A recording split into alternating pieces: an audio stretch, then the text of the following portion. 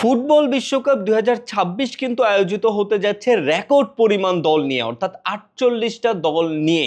এর পরের বিশ্বকাপ অর্থাৎ 2030 সালে যেই ফিফা বিশ্বকাপ আয়োজিত হতে যাচ্ছে সেখানে নাকি দলের পরিমাণ আরও বাড়িয়ে 66টা করতে যাচ্ছে ফিফা, এমনটাই জানিয়েছে ফুটবল বিশ্বের অন্যতম প্রসিদ্ধ সাংবাদিক ফাব্রিজিও রোমানো। অথচ 1930 সালে প্রথমবার যখন ফুটবল বিশ্বকাপ আয়োজন করা হয় তখন মাত্র 13টা দল অংশগ্রহণ করেছিল।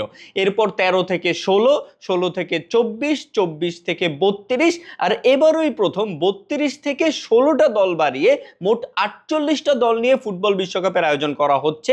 এবং রোমানোর কথা যদি সত্যি হয়ে থাকে তাহলে পরবর্তী বিশ্বকাপে আরো 18টা দল বাড়িয়ে মোট 66টা দল নিয়ে ফুটবল বিশ্বকাপের আয়োজন করতে যাচ্ছে ফিফা। তবে এভাবেই বাড়তে বাড়তে যদি কখনো 150 কিংবা 200 দল নিয়ে ফুটবল বিশ্বকাপের আয়োজন করা হয় তখন হয়তো বাংলাদেশও ফুটবল বিশ্বকাপে অংশগ্রহণ করতে পারবে। আর একবার যদি বাংলাদেশ ফুটবল বিশ্বকাপে অংশগ্রহণ করে ফেলে না ভাই, তখন কিসের ব্রাজিল আর কিসের Argentina, only Bangladesh is real bro.